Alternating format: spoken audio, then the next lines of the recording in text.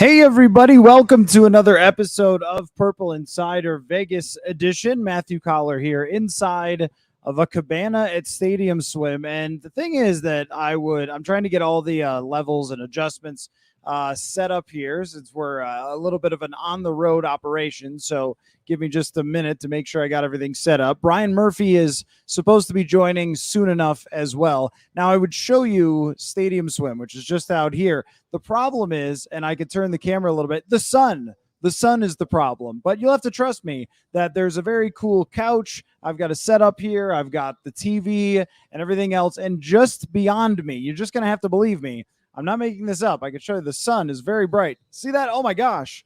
It's insanely bright. But just beyond me is all sorts of heated pools, a gigantic, let me adjust it here for the sun.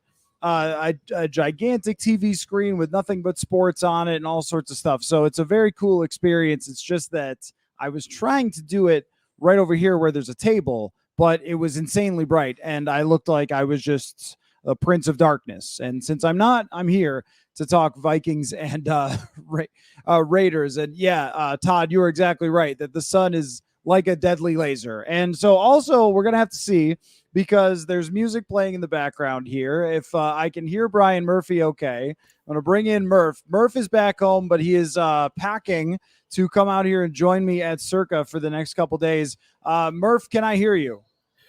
You tell me, and why are you in a hotel room in Las Vegas when the sun is shining outside? I am not in a hotel room. That is the key here. I would show everyone, but the sun is so bright that you can't see it. It just washes out the camera. I am in a cabana, which is amazing at Circa here. Yeah, right. At Stadium Swim. So there's the heated pools, but you don't need it to be heated today because the weather is great. There's the giant television. There's like a drink bar right next to me. I got a couch to my left. I got ESPN up here. So like there's a lot going on around me. It's just that none of you would be able to see it if I tried to show it on the camera. So how you we are doing? In the desert. Yes, I am in the desert. That's the point. And I didn't factor for that. But so what's going on? I mean, you're going to be making it out here. I don't think Bob asked me if I'm going to be able to make it to the Sphere. I don't think so. I initially thought, Murph, that I was going to be able to go to the basketball game, to the in-season tournament. And then it turns out that LeBron is going to be here. So there are going to be insane prices for the tickets and everything else. So I'm just going to struggle to have to find something else to do in Las Vegas. Yeah, for somebody that doesn't drink or gamble, you're going to be a little bit bored there. But, I mean, at least the people watching is top-notch, grade A. I can only imagine. And from the way the prices spiked on these flights from the moment the schedule came out in May till now, I'm thinking half the state of Minnesota, if not more, may be there now or on its way there starting tomorrow morning on my 9 a.m. flight. Absolutely. I mean, even today on my flight, I would say it was 90% people who were dressed in purple in some way. And I'm guessing that the entire stadium is going to be filled up, which is kind of a routine thing now in the NFL, where you go to an opposing city. Even the New Orleans Saints last week, I saw their general manager was talking about how like the Detroit Lions fans had all come to New Orleans. So it's a pretty common thing. But here it's really extreme. Like this is going to feel like US Bank Stadium. And I don't think that other than 2019 in Los Angeles was probably the only other time where I felt like I was on the road and yet going to a home game. So how are we feeling about, sorry, go ahead. Well, it's funny you bring that up because that Los Angeles Chargers game, no, I'm sorry. I went to the one in 2021. So, for those that don't know, it's a bunch of guys from St. Paul, working professionals, military veterans, dads without wives. Every year they pick a road game to go to, a Vikings road game. Last year it was Washington. We tied it in with Veterans Day. 2 years ago was SoFi Stadium in Los Angeles against the Chargers. And you're right, that building was 70% Vikings fans and 30% disaffected folks from San Diego who still cling to the Chargers. I'm guessing, and I have no data points to prove this, Las Vegas must be similar with the Raiders. I'm sure there's a diehard sect of black hole refugees that are drifting in from Oakland, maybe even Los Angeles from their 15 minutes they spent in LA 30 years ago. But I'm guessing mostly that this is every home game for the Raiders in that stadium is a melting pot of NFL fans, mostly traveling to get out of the cold or their boring lives to come to the, the height of sin and the height of gambling and drinking and checking out to come and see their team play. So I'm interested in seeing what the vibe is like there. My guess is it's going to be much more than a neutral site game. You're right. It's probably going to be, look, weather destination in early December. We were eyeballing this, like all the leaked schedules that came out, drip, drip, drip that day in May. I think it was May 10th. I became a hero to these guys because I actually took a snapshot of one and said, hey, look, let's book now. We can always cancel tomorrow if it's wrong. I'm pretty sure this is a reliable source. And I think the flights went from about 350 to 1,200 in a span of 36 hours. So I appreciate the fact that these guys at least entrusted me to give them a little bit of intel.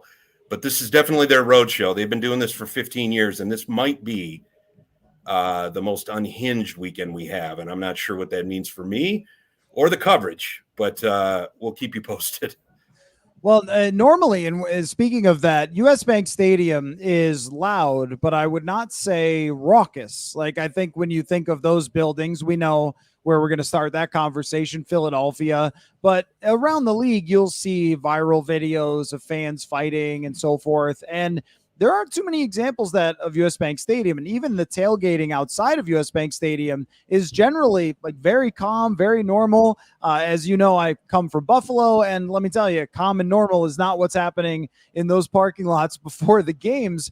And I think it actually might be a little bit different of a Vikings fan atmosphere, because I'm just going to guess that people came to party.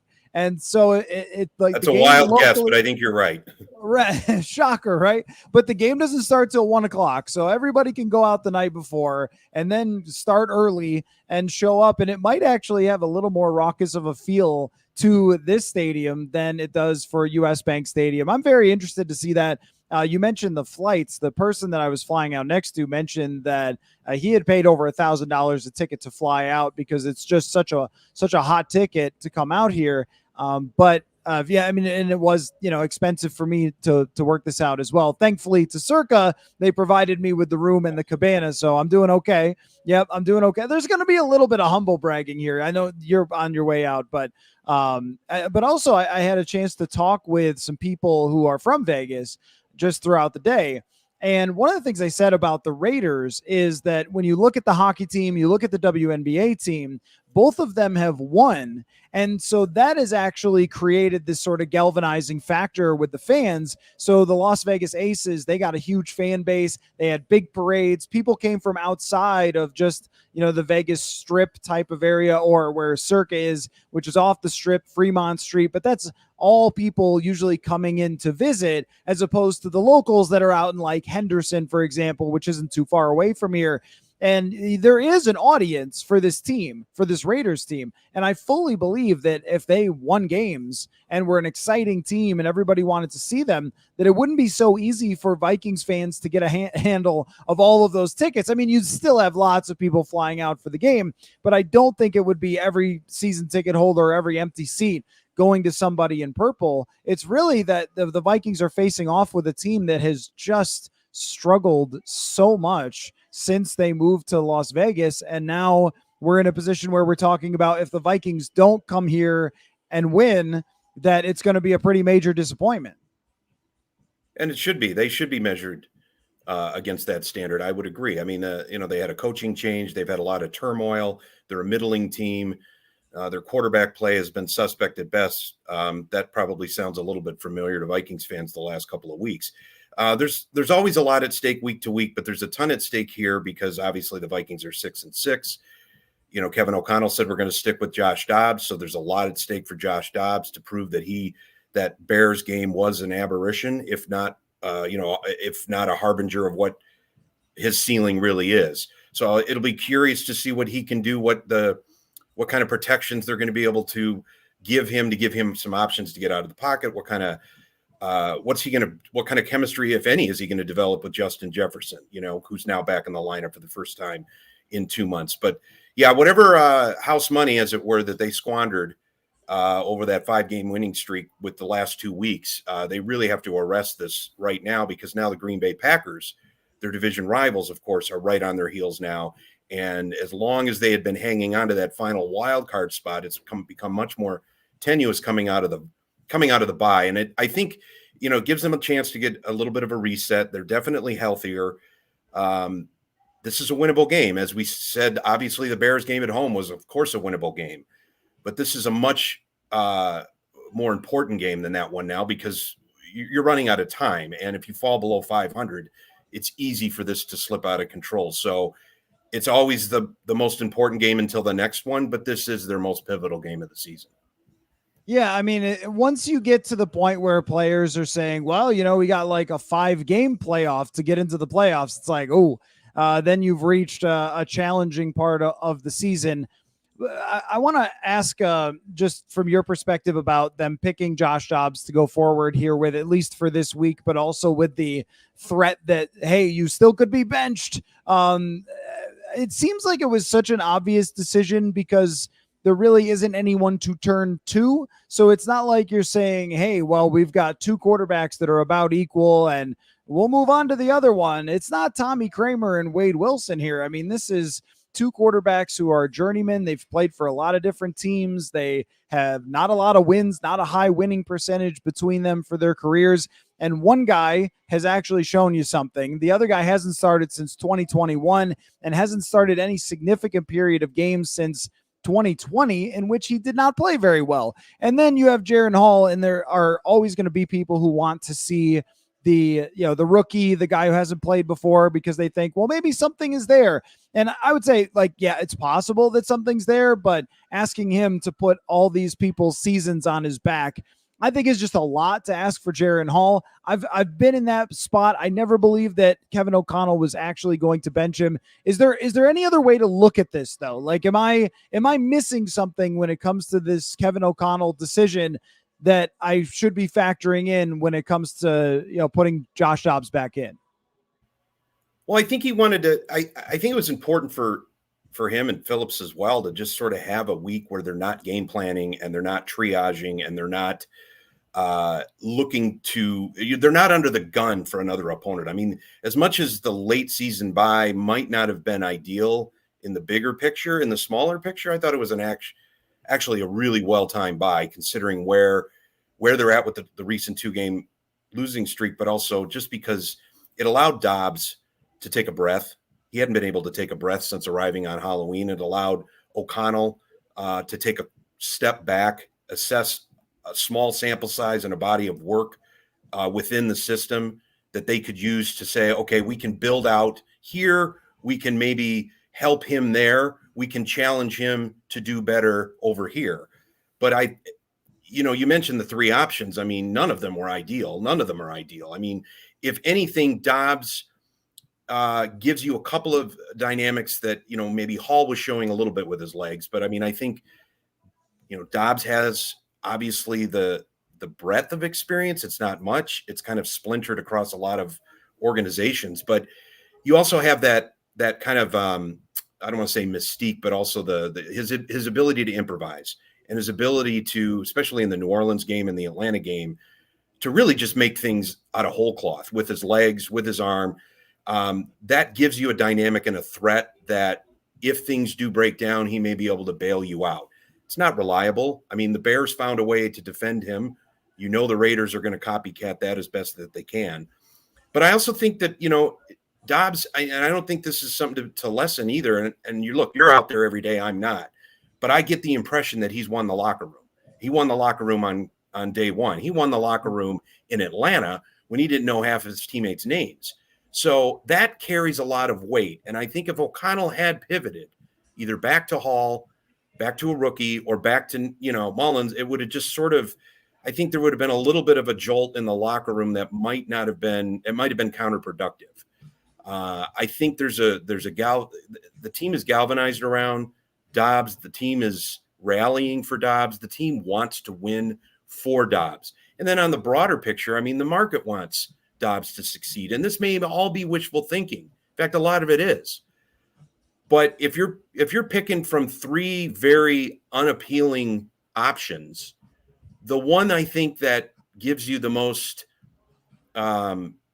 dynamic and also possibility, and then also the one that has, the band of brothers aspect to it, I think Dobbs is your best option. If he blows up again Sunday, it may be time to blow up the season and take a look at what you actually have in Hall. So it is sort of, he's on notice. I'm sure he doesn't need to be told he's on notice.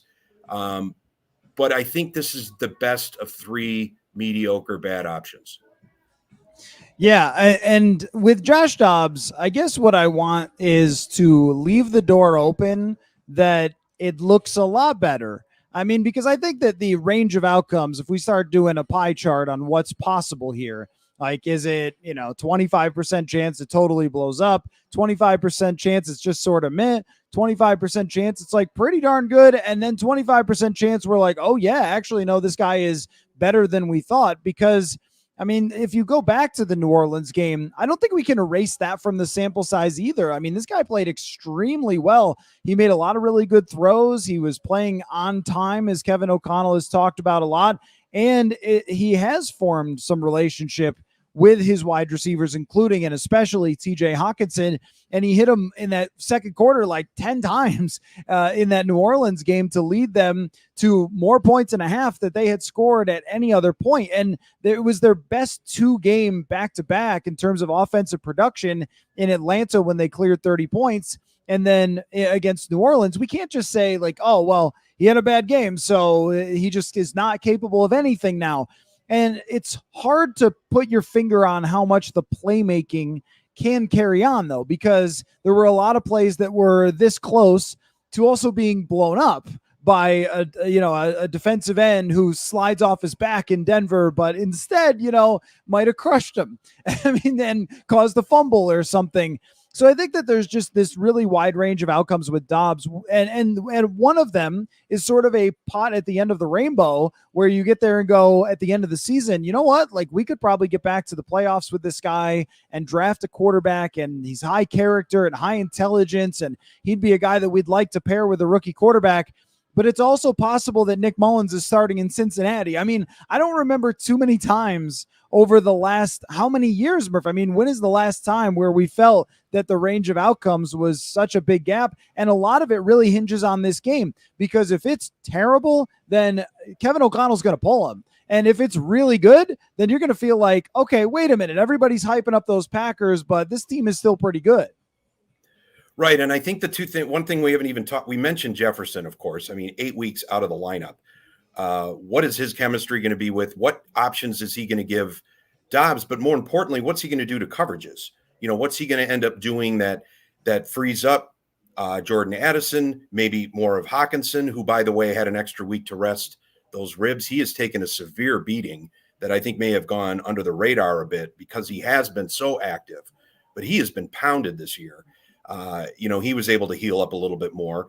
And, KJ Osborne, now you have more of the 3 receiver dynamic threat that keeps defenses guessing and challenges them on what kind of schemes to play, what kind of pressure to bring. Because it was obvious the Bears said, look, we're not going to let him get outside with his legs.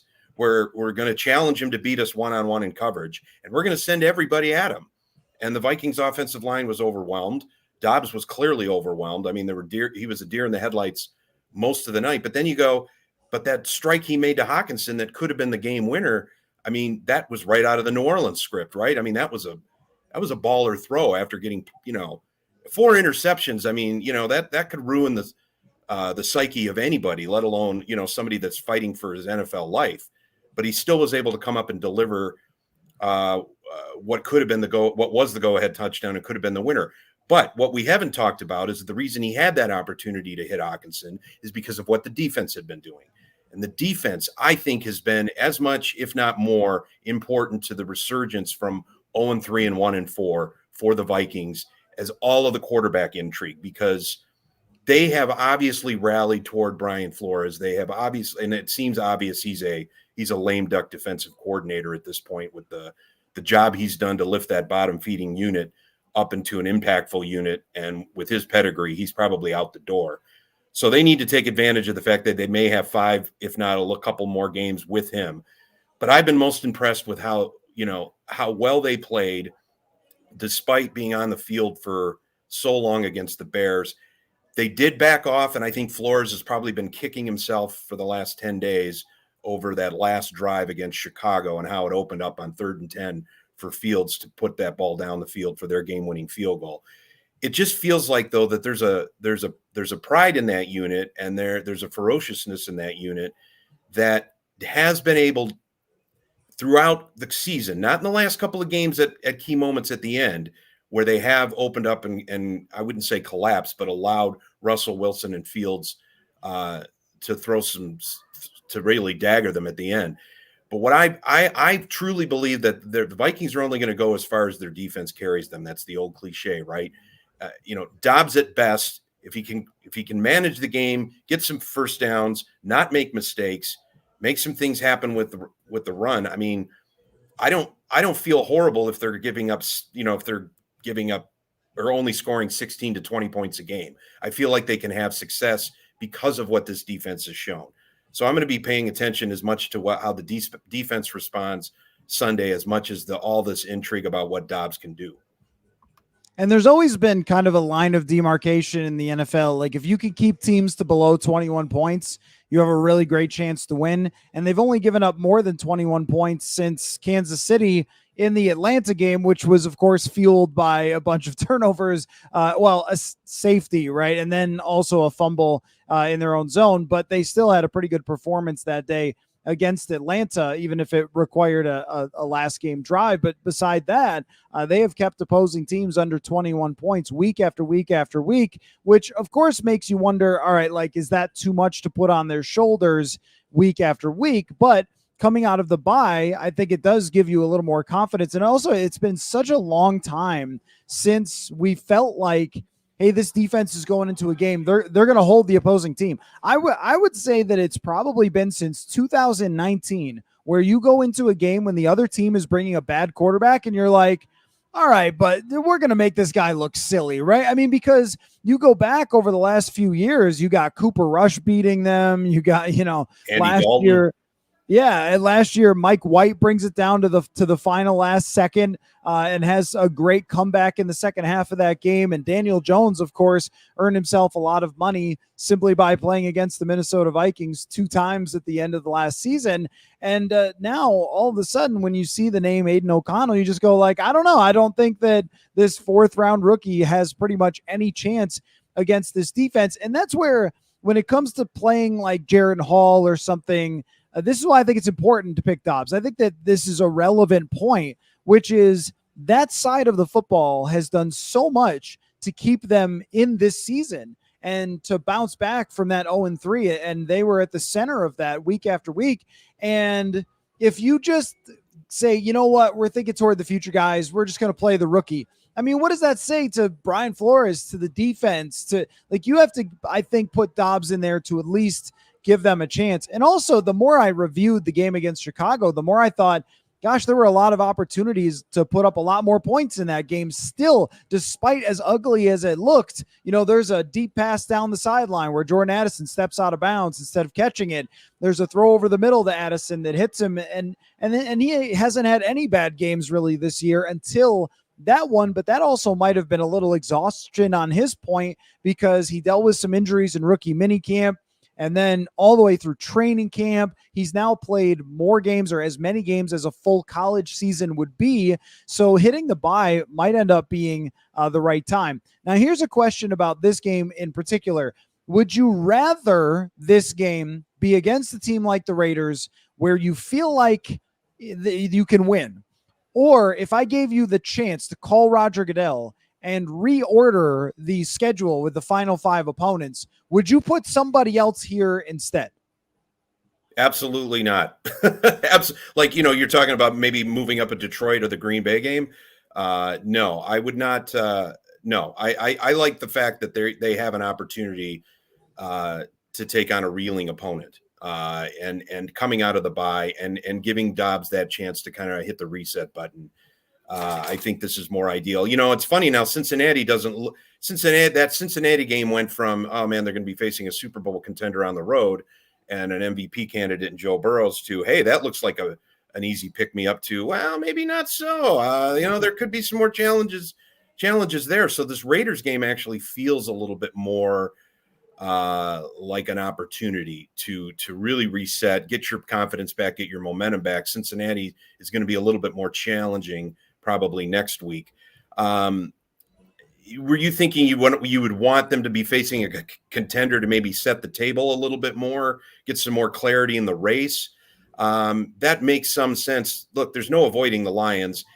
I'm not sure they're still not the Eagles. They're still not the 49ers or the Cowboys in terms of intimidation or real, like, this is going to be an awful moment at Ford Field and US Bank Stadium. But I do feel like that those two games that are the Lions still look a bit vulnerable. So I'm looking now at that Packers game on New Year's Eve. It just feels like that is going to be the game that's going to determine the Vikings' fate, because it's going to be insane on a New Year's Eve night. But you're also going to have that game against Detroit out of the way. You're going to have the season finale in Detroit, and right in between, you've got the team that's really pursuing you, and it really has a lot of momentum right now and a lot of confidence, much more so than they did obviously a month ago. I view that game as probably the signature game right now in this 5-game stretch, which is why it's so vital for them to take care of business Sunday, figure out how they're going to go after, the somewhat resurgent maybe Bengals, but at least a little bit less free-falling Bengals on the road. But I wouldn't want to have your toughest opponent coming up this week. I'd want the greatest opportunity to really reset coming up Sunday. So I think it kind of sets up well the schedule right now for the Vikings. Yeah, I think that what makes the Raiders the right type of opponent is, for one, like, they played Kansas City tough a couple weeks ago before their bye. So they're not playing like a complete joke recently. They've had some wins under Antonio Pierce since they decided to fire Josh McDaniels, which was a very good choice for their organization long-term. And they've been a little scrappy since. So it's a bad team, but it's not a team that's so unbelievably bad that you'd be like, okay, well, they're playing Carolina. It's a free win. It's not a test at all. Who cares? That was the Bears. Well, that was supposed to be, but we tried to warn people, Murph. We tried to warn people. But although Vikings fans don't need to be warned about the Bears, like, the Bears always find some ridiculous way to split or, win a game that they shouldn't against the Vikings. Division is a little bit different, but all I mean is, it's like the bar is at the exact right place with the Raiders. If you can't beat the Raiders, then I have no belief in you beating anybody else, basically. But if you beat the Raiders and it's in pretty strong fashion and Dobbs looks like he's back, that could be confidence builder to, like, hey, wait a minute, we're not a bad team. Our backup quarterback is not falling apart after his little hot run and so forth.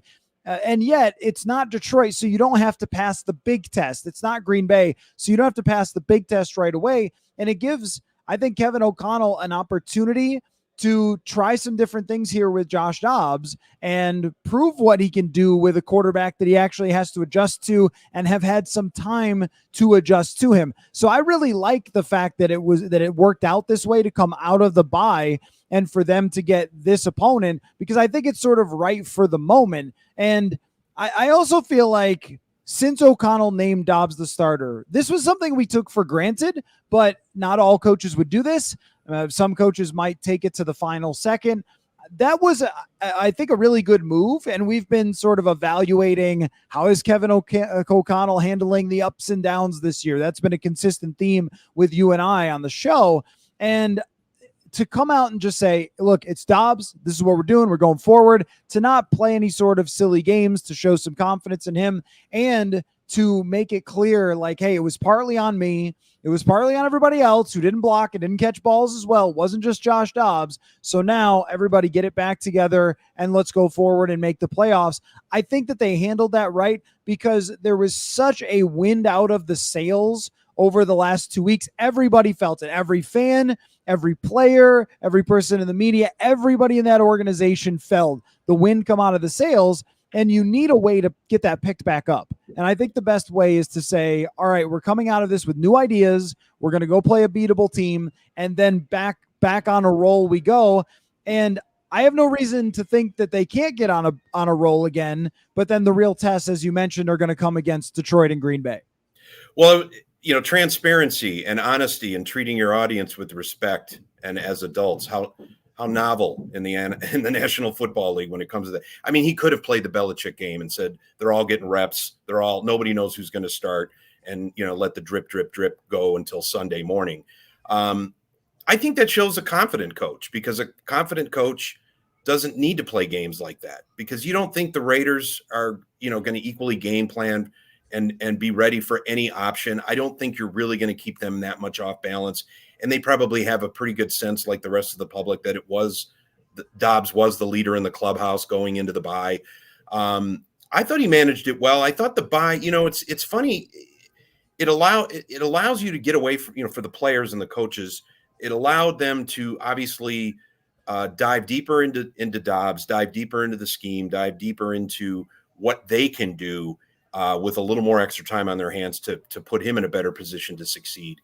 But it also allows your team to stew in it a little bit. I think that might have been healthy. Get away from the facility, get away from the pressure cooker, watch, your opponents coming up, see Green Bay now suddenly relevant and coming at you, see how the NFC playoff picture is taking hold, but also realize that this was a missed opportunity. Stew a little bit in that failure, because it's not like these men need that much more motivation. But it would have been easy to just chalk it up as, the chaos at quarterback. We don't have to, we don't have to take any accountability for that. I'm guessing that the team came back. They see that they're 6-6. They see that the NFC is still very wide open, certainly on the bottom half. They see what they've been able to do through 12 games. It's a large body of work. And I think there's a lot of pride and a lot of confidence in that room. Not that there isn't in other seasons, but I think they sense an opportunity here that's pretty unique. And I think they for a team, when you start 0-3 and 1-4, I mean, you're staring at a death march, and there's nothing worse in the NFL than a death march, because there's little joy in winning, let alone any kind of fulfillment in just trying to get to the finish line of an 18-week season. The fact that they were rescued not only after 0-3 and 1-4, but after losing their quarterback to a season-ending injury, this is almost like their third rebirth. I mean, you had the season opener, you had ending the losing streaks, you had Dobbs stepping in for Cousins, and now you still have an opportunity, despite how poorly you played against Chicago, despite losing an opportunity to win a winnable game in Denver. You still have your fate and your season right out in front of you. And not only is that exciting, but I got to imagine there's a sense of, we cannot squander this opportunity, and we cannot squander another opportunity to make Josh Dobbs' job easier, but also take care of things on defense, protect the football. If anything, if the Vikings don't make the playoffs, we're going to chisel all through their tombstone turnovers. And we can get into that in a specific time period, at another pod. But I just feel like, despite the fact that they have been horrific in the turnover ratio, they are still relevant, and they still have opportunity laid out in front of them. And I think this is a veteran enough team to realize that. And they may not win Sunday, but I don't expect them to lose in the fashion they did against Chicago. If they do, then they're rightfully going to get written off. But I think there's a little bit more to this team than that. Yeah, I think so too. By the way, if you're just joining the live stream, welcome. Matthew Coller here inside Circa, Las Vegas. I am in a cabana, and the sun has gone down a little. Maybe I could show everybody what it looks. No, is it too bright? I could kind of show you outside a little bit there, but there's the big giant screen that's just outside of me. Very cool stuff. So I'm inside this cabana here doing the live broadcast. Murph is back in Minnesota, but will soon be here joining me as well. So I really, really appreciate Circa having me out, give me a place to stay out here to do the show. And I cannot argue. It's about 65, 70 degrees right now, and I'm just chilling outside. So it's a very, very cool experience. And that's why half of Minnesota is also here. in Las Vegas at this point, because it's nice. It's not too bad. But I want to talk about that. I think that this team, Murph, if they win this game and they go down the stretch here with a chance to make the playoffs, if they do make the playoffs, will go down as one of the most likable teams that they've had in quite some time, because you could say last year they won 13 games. They had all those crazy comebacks, and that's absolutely true. The thing that would make everyone bitter is the defense was so bad.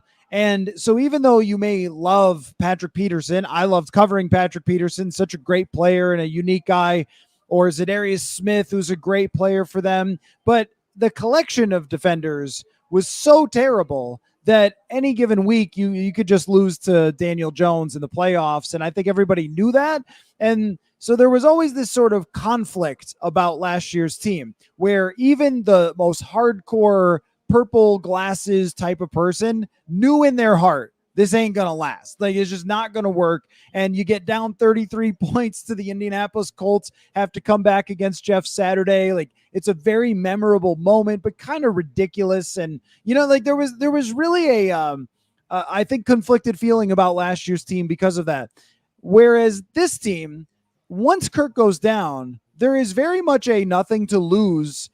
And also, it's exciting when a lot of young players who you knew nothing about at the start, about at the end. And I think that we've gone through that. And that includes Dobbs. He's not necessarily young, but we knew nothing about Josh Dobbs at the start of the season. He was playing in Arizona. And over the final 5 games, we're going to find out.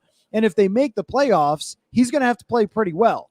And this goes for a lot of different things. It goes for Addison. It goes for Hawkinson when we're talking about, should he be one of the highest paid tight ends? And at the beginning of the year, you would have said, whoa, man, maybe they made a mistake. Certainly doesn't look like that now when he's at the top of the league in targets and receptions, and was really dominant during that time that Dobbs was out. A lot of people had to learn about themselves, and the team got to learn about a lot of people along the way.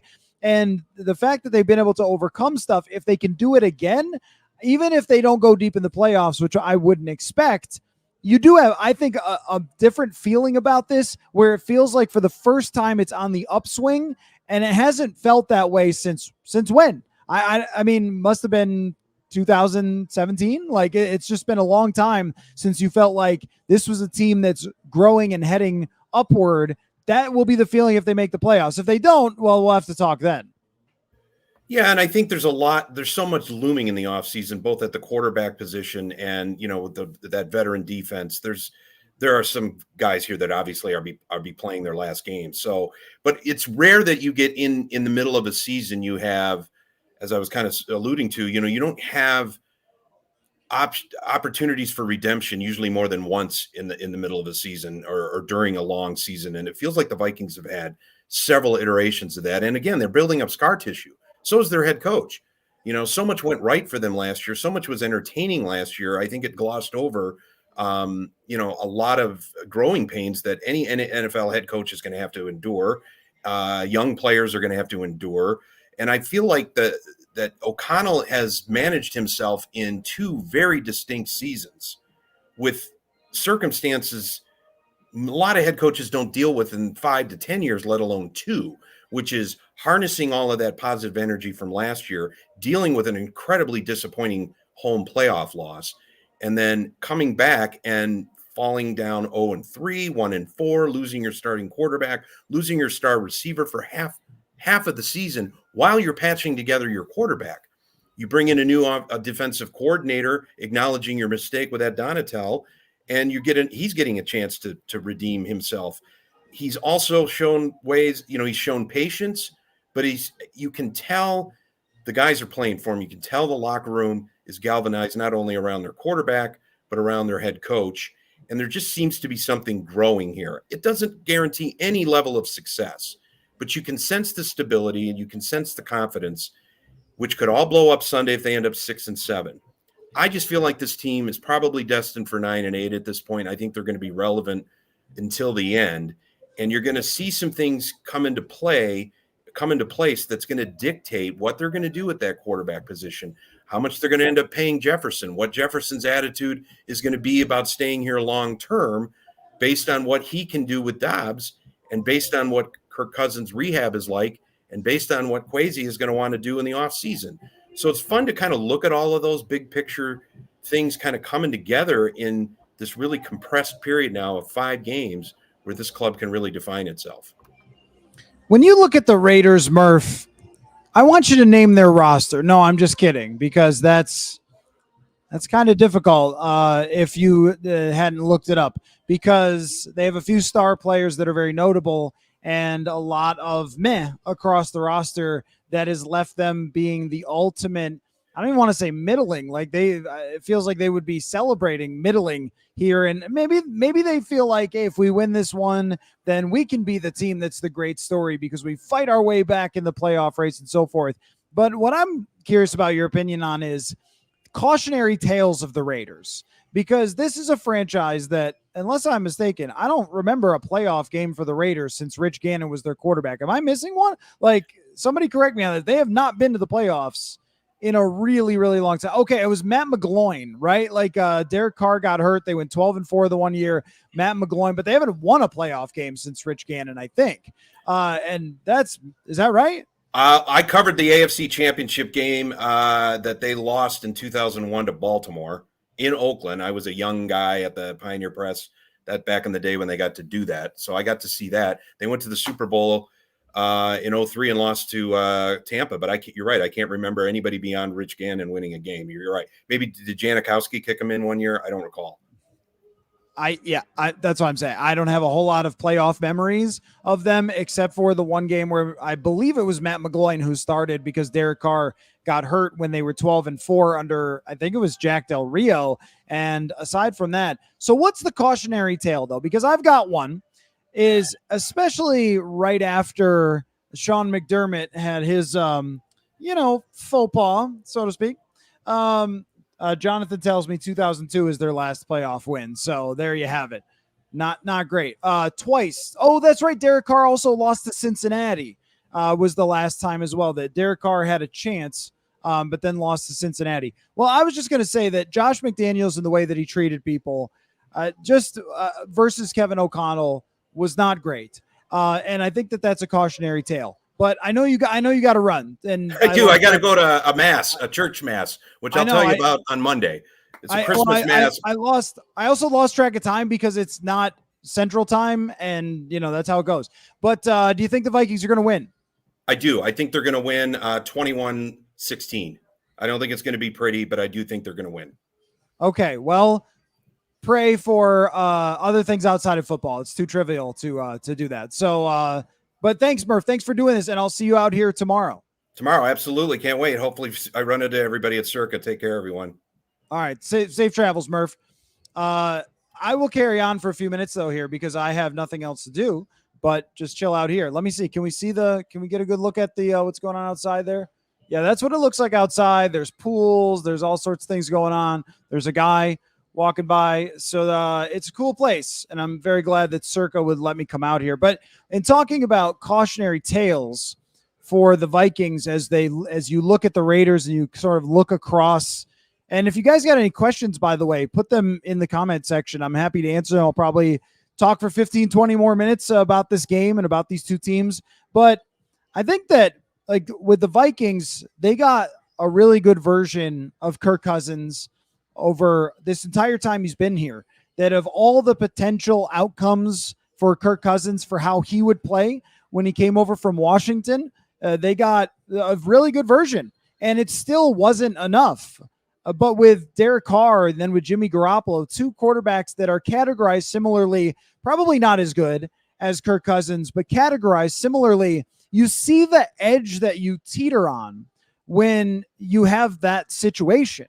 So with Jimmy Garoppolo, where he comes out, it's not very good, and then gets hurt, and you're stuck as the Raiders, totally lost as a franchise. I don't know if they'll be able to draft a quarterback this year, or are they going to stick with Aiden O'Connell, or are they going to tank next year? Are they going to spend a bunch of money? Are they going to try to trade for someone? Like, what can you do?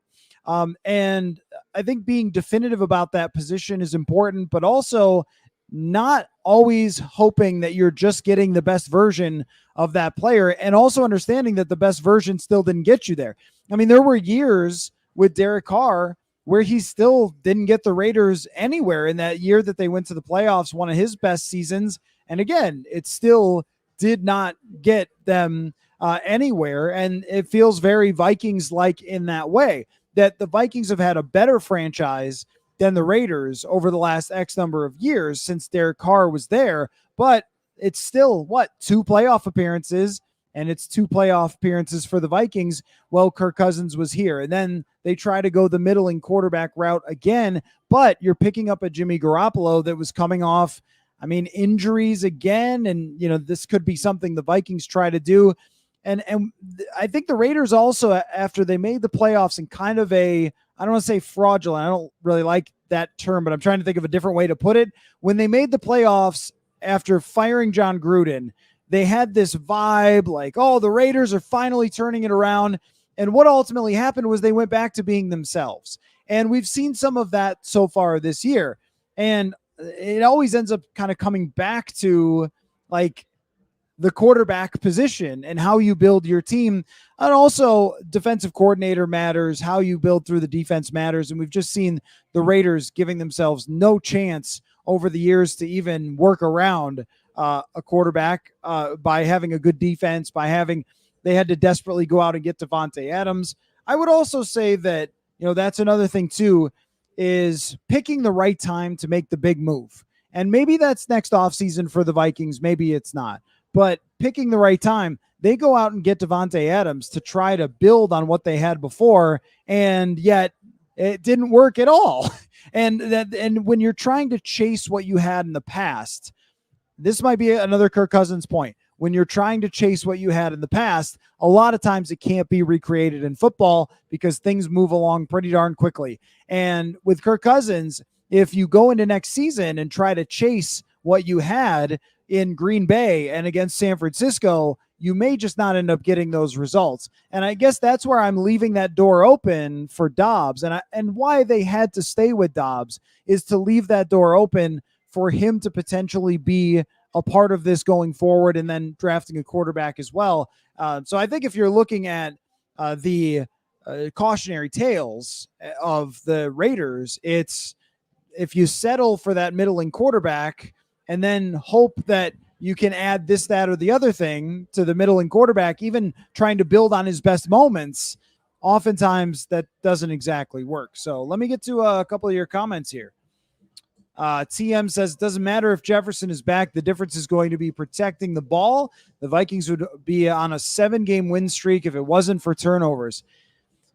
No disagreement there. The trouble with turnovers is that they're hard to talk about, because if I tell you that the key is not turning the ball over, well, you could just copy and paste that into all 32 teams every single week. Just like, of course, the key is not turning it over.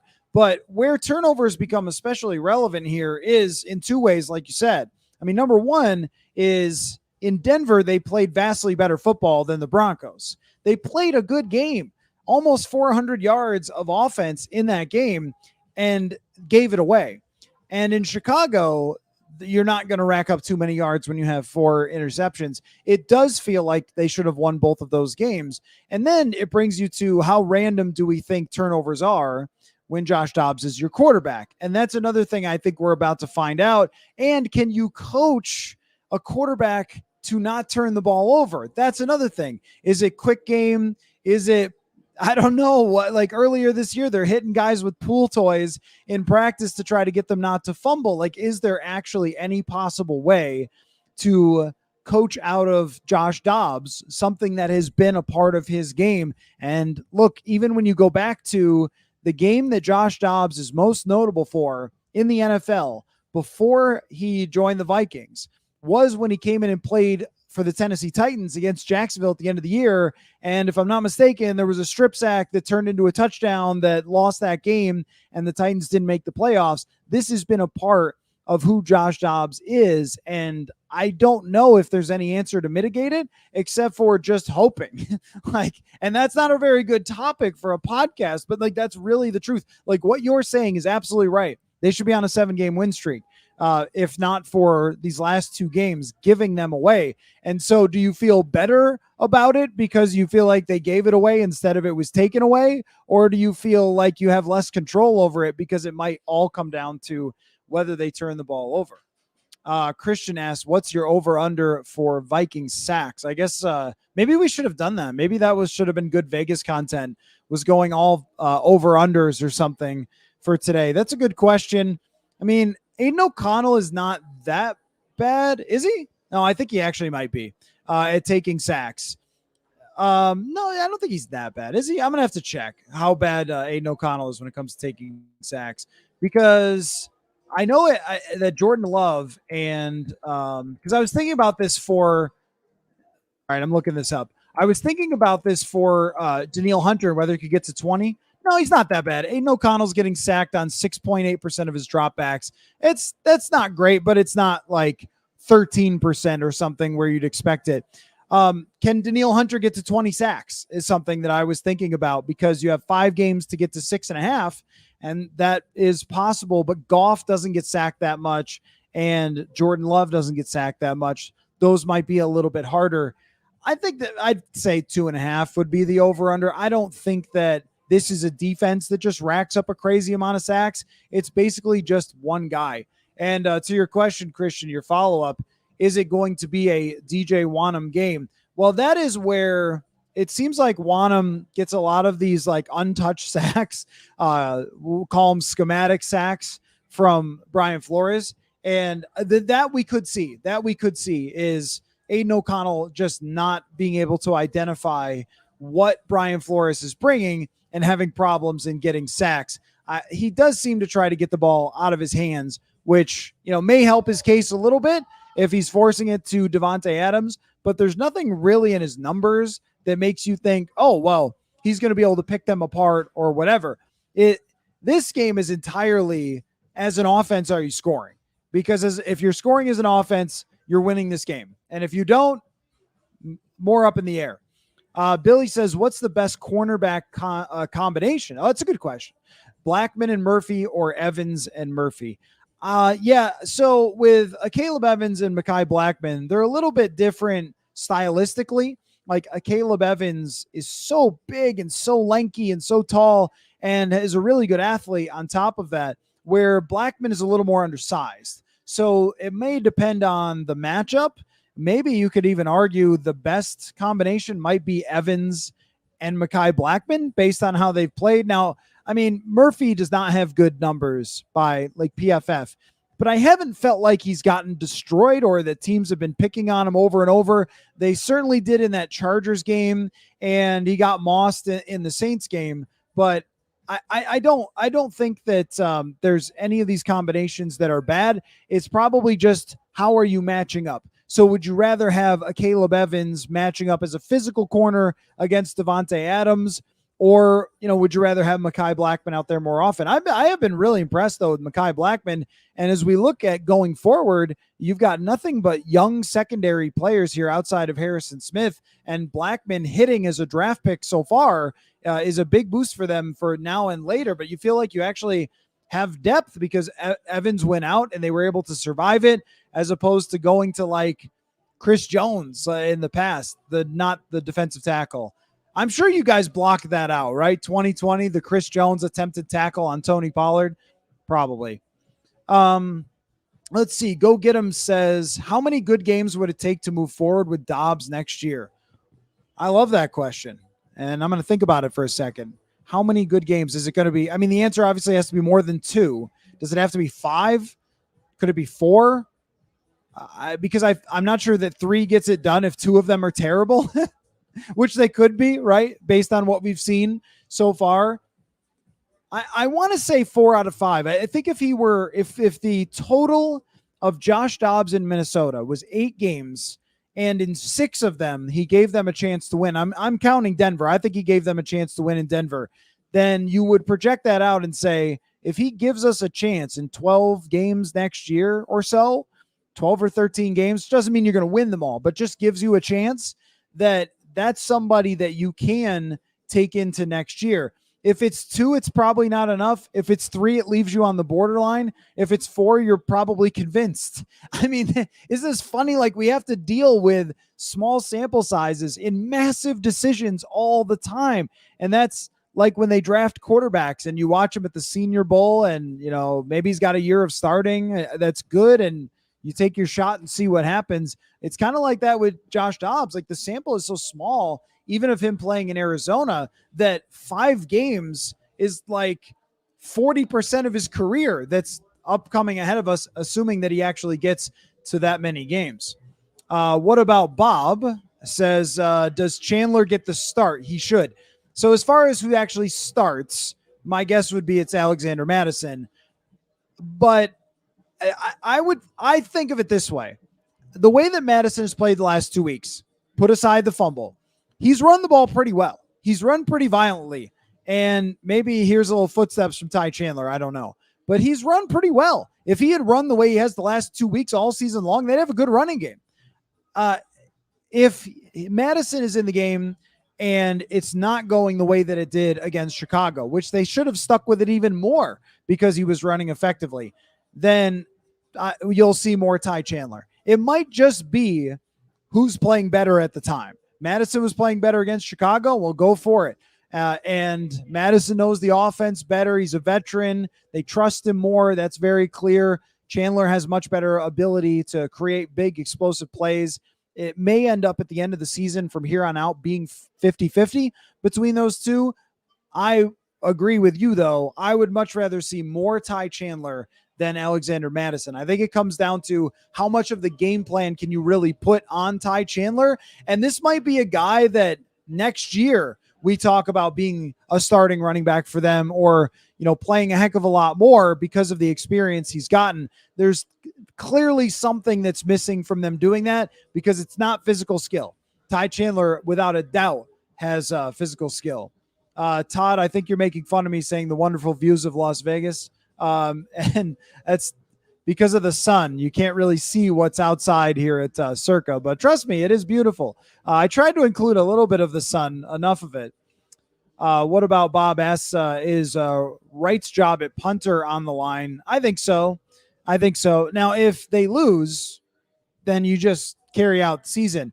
But if they were to win and he punted badly, like he has for most of the season, then you have to maybe think about it. But I don't know. Maybe there are a lot of punters available toward the end of the season. In my mind, it's more of punting yourself out of a job for next year. Everything has gone down. The inside the 20 percentage, the touchback percentage, the net yards per punt, the number of times that they're just being shanked. We haven't seen too many like bomb punts like we did last year. And I don't know if that's a confidence thing or if it was small sample from last year that our first impression of him is, wow, what a bomb punter. And then he wasn't really that great to begin with, but their numbers were pretty good in the punting game. I would say, yes, it is on the line. Christian asks, is JJ going for 100 yards and a touchdown? The touchdown part has always been a little tricky because he is, the red zone in general, and he gets so much attention in the red zone, but 100 yards, he should. He should. They've been waiting all this time to get him back. Like, it's time for Justin Jefferson. And that's where there is the potential, I think, for this thing to still go the way that we thought it was going to go after they beat New Orleans, which was they're going to go down the stretch, win enough games to get in the playoffs. And then, we'll see what happens and who they match up against and so forth. But Jefferson's value, Jefferson's role is just so important in this thing that I don't think you can underrate just how important that really is. So, yeah, I would say if you're asking me, I would go more than 100 yards. Todd says, why is Lewis Cine not active most game days? The same reason that Lewis Cine has never really caught on here is there is a lack of trust in him playing on the defense. And I don't know if that's not understanding it, not being able to execute it, if there's something physical that they are concerned about. But the same thing even goes for special teams. And yeah, you followed up by saying you should be able to play special teams. But then if you take him, then you have to pull somebody else off the roster that you might actually want to use, like Theo Jackson, who they clearly like better.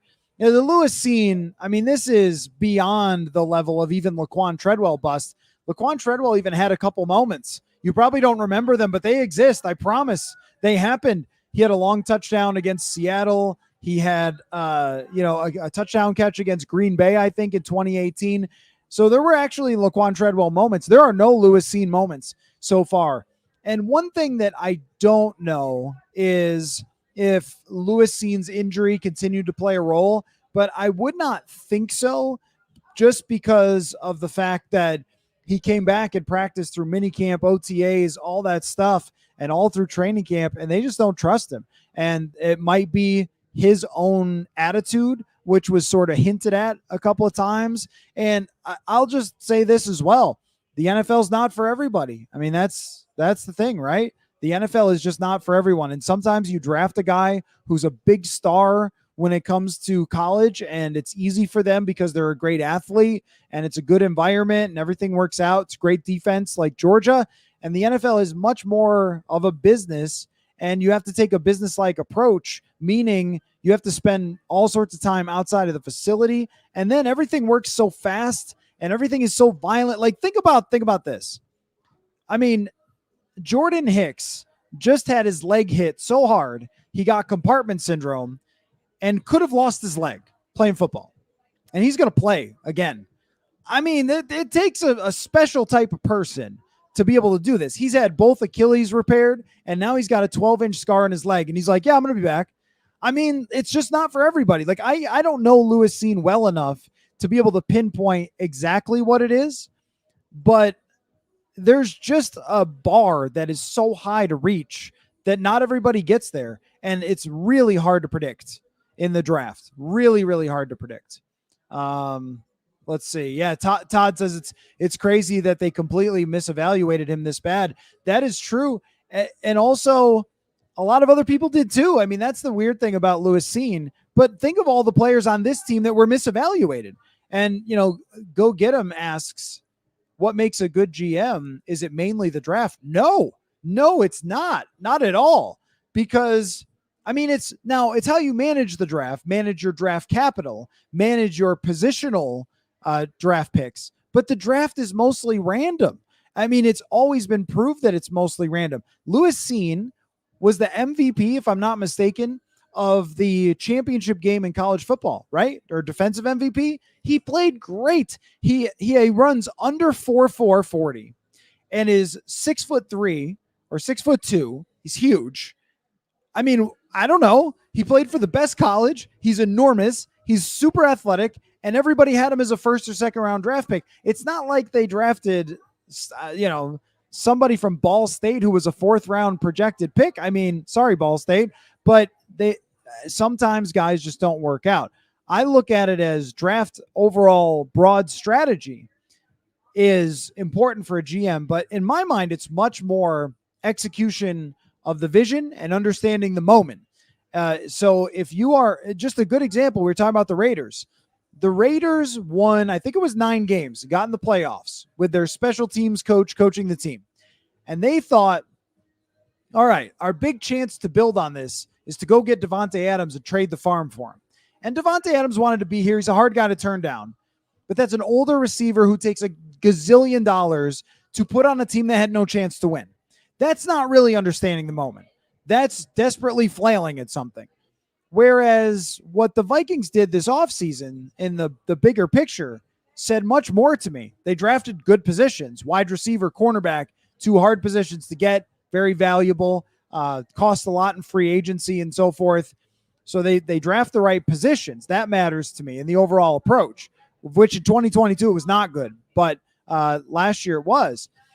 But more of the bigger picture of where are we in our timeline to win and how do we act around that? So if the Vikings didn't believe that bringing back Adam Thielen and Eric Kendricks and Dalvin Cook was going to make them a real contender for the Super Bowl, it was better to move on, even as weird as that may have looked to the outside world. And I remember a major analyst who is on TV accusing the Vikings of tanking when they got rid of Dalvin Cook. And no, it's reading the room. It's understanding the moment. It's being able to project forward based on the information you have to make decisions. So I think the Vikings, from a logical perspective, have done a lot of really good things. But man, you want to talk about misevaluations?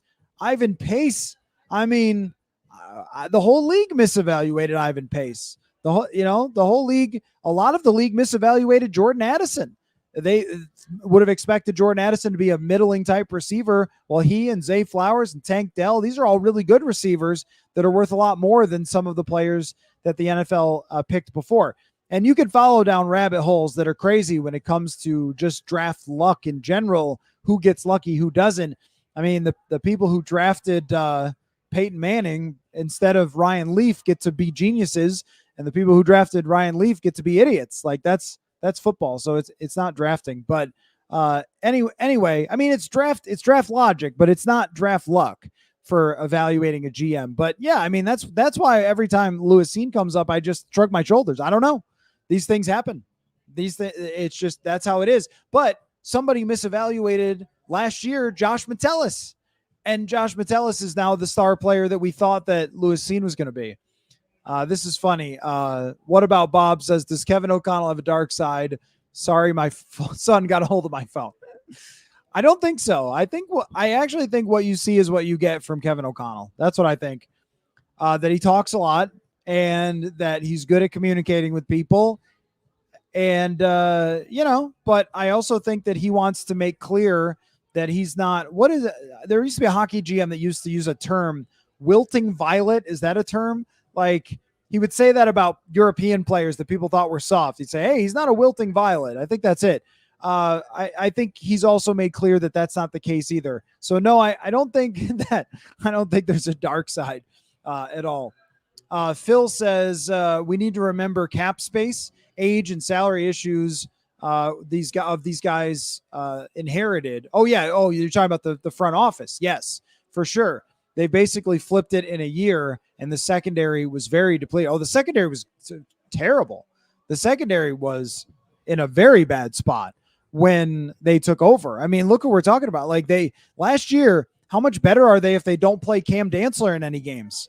Probably a lot. Like, Cam Dantzler never got it down defensively. So the way that they've been able to, and through the draft, rebuild the secondary, it wasn't the guys we thought it was going to be, but it was still through the draft. And sometimes people have misinterpreted when I will say on the show, like, I don't give a hoot where guys are drafted, just that you found them. But that's really the case. Like, of course, that doesn't mean I don't care that you didn't hit on first round draft picks. It just means that enough darts need to be thrown and enough opportunities need to be given in order to get players like Josh Metellus to emerge. So Metellus wasn't even their draft pick, but they're the ones who saw a role for him and got him into a spot where he could become a star player. Like, that matters to me much more than, was he a 6th round pick? Was he a 1st round pick? And so forth. But certainly you can go back and criticize a lot of people's, different drafts. Let's see. If we draft a defensive tackle in the 1st, would you call the draft a failure? There's a long time until the draft, so there's a lot that's going to depend on. I try to stay. What did Kirk Cousins say? I stay where my feet are, at least when it comes to the draft. Like, let's let it play out to what we know by then, because we're going to know where they stand with a quarterback. And if they need a quarterback and draft a defensive tackle, then yeah, it won't be good. But if they've already traded for Kyler Murray and they draft a defensive tackle, it'll be great. So yeah, I don't know. Anyway, well, if there's any more questions, you could throw them out there, but I would say this has been a really fun time. Got set up, but I mean, now we've got, the sun going down over Las Vegas. I'll try to show you guys again here if you can see it out there at Stadium Swim. Yeah, pretty cool out there. So I'm going to go hang out there for a while. I also got some work to do, and you'll never believe this, but I'm working on a story about fullbacks for purpleinsider.com. So you're going to want to check that out as well. Let me answer a couple more questions here before we wrap up. Let's see, but I do not regret my decision to come out here, and hopefully you guys enjoyed this live stream as well. What position do you want us to draft or focus on in the coming draft and moving forward? Right now, it's just so hard to say. It's just so hard to say. like what position they're going to be talking about. Clearly pass rush from the front four, because if there's one thing you could say that the Vikings do not have, that the best teams in the league do have, it's more than one pass rusher. So if you bring back Danielle Hunter, well, that's phenomenal, and nobody likes watching Danielle Hunter play football more than me. But if you bring him back with no help and just say, hey, Danielle, just be the guy, like, I don't know. I mean, that's going to be really hard, right? It's going to be really hard for Danielle to just carry the pass rush forever. They're going to need to develop other players. And that's where, using the first rounder on a quarterback is tough, because that makes it so you can't draft a defensive tackle or something. So they may see it that way. Anyway, well, we're a long way from that. And I got a game on Sunday. So, but this was great. This was great. I can't thank Circa Las Vegas enough for putting me up here. Let me do the show here, bringing me out. And there's going to be a party tonight here as well. So it'll be really fun. But thank you all for watching this live stream. I hope it sounded good. I hope it looked good enough here in the cabana. I think they did a great job of setting me up to make sure that we could do it with the internet and everything else. So this was a really fun time. Can't thank them enough, and appreciate all of you guys watching / listening. And we'll catch you next time. I don't know. We're sort of up in the air about doing another live stream on Saturday. So if there is, I'll schedule it on the YouTube, but kind of iffy on that, whether that's going to happen or not. But certainly from inside the press box with Dane Mizutani after the game, you will catch us all there. Thanks, everybody. Thanks so much for listening, and we'll catch you all next time.